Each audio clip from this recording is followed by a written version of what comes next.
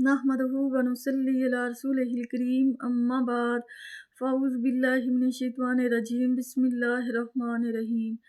आज मेरे पास जो टॉपिक है वो ये है, क्या तन्हा औरत हज या उम्रा का सफ़र कर सकती है? हदीस की रोशनी में जवाब। अल्लाह पाक ने फरमाया है औरत को चाहिए कि अपने महरम के साथ ही उम्रा या हज का सफ़र करे। हदीस में भी है कि जो औरत अल्लाह पे और यौम आखिरत पे ईमान रखती है उसके लिए जायज़ नहीं कि वो 3 दिन से ज़्यादा घर से बाहर रहे या तन्हा सफ़र करे। वो महरम उस औरत का शोहर भी हो सकता है, उसका बेटा भी हो सकता है, उसका बाप भी हो सकता है और उसका भाई भी हो सकता है। लेकिन एक हदीस ऐसी है जिससे ये बात पता चलती है कि अगर औरत चाहे तो तन्हा भी उम्रा या हज का सफ़र कर सकती है, लेकिन शर्त ये है कि रास्ते में अमन हो।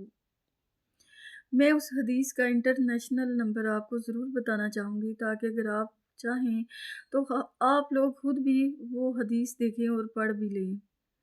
सही बुखारी में वो हदीस है और उसका इंटरनेशनल नंबर है 3595।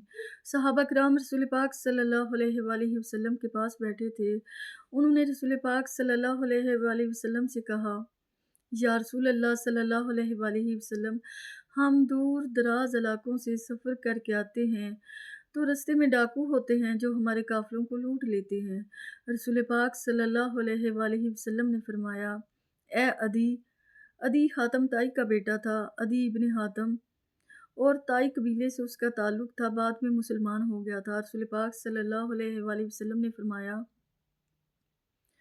ए अदी, अगर खुदा ने तुझे लंबी ज़िंदगी दी तो खुद तू अपनी आँखों से देखेगा कि हिरा नामी शहर से एक औरत तन्हा सफ़र करके आएगी और मक्का पहुँचेगी और हज करेगी और खाना काबा का तवाफ़ करेगी और वापस जाएगी और उसे सारे रास्ते में अल्लाह के सिवा किसी चीज़ का खौफ नहीं होगा। अदी इब्ने हातम कहते हैं कि वो दौर आया, मैंने खुद अपनी आंखों से देखा।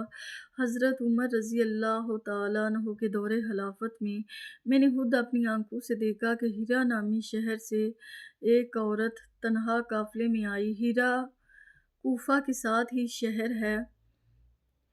अदी इब्ने हातम कहते हैं कि मैंने खुद अपनी आंखों से देखा कि हिरा नामी शहर से एक औरत तन्हा सफ़र करके आई है और मक्का पहुंची। उसने हज किया और खाना काबा का तवाफ़ किया और वापस गई।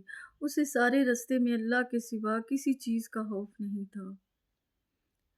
हज़रत उमर रज़ी अल्लाह तआला अन्हु के दौर में ईरान भी फ़तह हो चुका था, इराक़ भी फ़तह हो चुका था और रोमन पर्शियन एम्पायर भी गिर चुकी थी, तो अमन था। और ये बात रसूल पाक सल्लल्लाहु अलैहि वसल्लम ने फरमाई थी, ये सच साबित हुई।